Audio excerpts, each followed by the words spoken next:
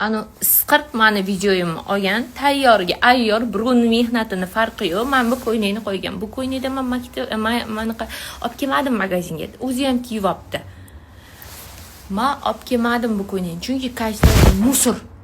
Na havo o'tkazmaydi. Men juda ham qisilib ketdim. Men o'zimga buni boshqa programmada zakaz qilib birinchi kiyib ko'rdim, qanaqa turishi, nima deb.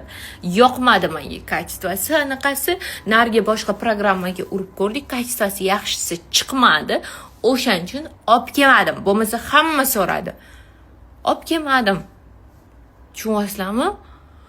O'shaning uchun iltimos sal ishlatinglar, mamtdek turgan narsani men u qiz hozir rasmini qo'yib sharmandasini chiqaraman. Mazza ekan sizlarga men har doim aytaman. Meni videolarim olishga ruxsatim yo'q, hech qaysi biring olmalaring deb. Jonimga tegdi sanlarni tozalab, ko'tingni poylab yurish. Kim qo'ydi ekan deb.